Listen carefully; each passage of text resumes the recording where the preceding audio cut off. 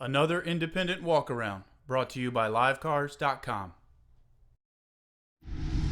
2013 Ford Explorer. We're going to start our walk around on the driver's side, stopping to take a look at those tires there. Still have good tread left. We're just going to come up and down the panels looking for any dents, dings, scratches. Do our best to point out anything we see here. Overall, driver's side looks pretty good. They've got the nice grayed out wheels.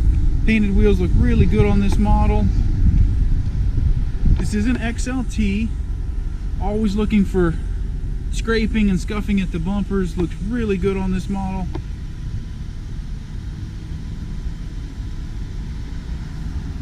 One thin little rub right there. And a couple little spots up here at the front, just normal road debris. Looking at the interior now, we do have full power for the driver's seat. It's a nice tan leather seating. 129,566 is the current mileage there.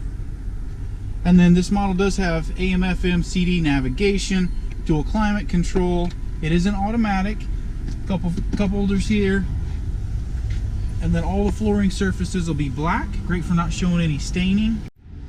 Taking a look now at the second row. Just do a nice slow pan over the seats there. One little scuff right there in the leather. Overall looks pretty good. And then you do have your rear climate functionality back here as well as a power port. Looking at the cargo area now, when you have the third row in its upright position, you do have this nice well for storage here. We'll go ahead and flip some of those seats around, show you what they can do. This is with one seat folded down flat in that cargo storage area, revealing this additional space you can use here. We did leave one in its upright position. We'll go ahead and show you access to that third row. Go ahead and flip that up out of the way. Nice, easy one-hand operation. And that gets you access to that full third row there. Or if you have that third row folded, that gets you access to that storage area, giving you some additional pass-through storage there.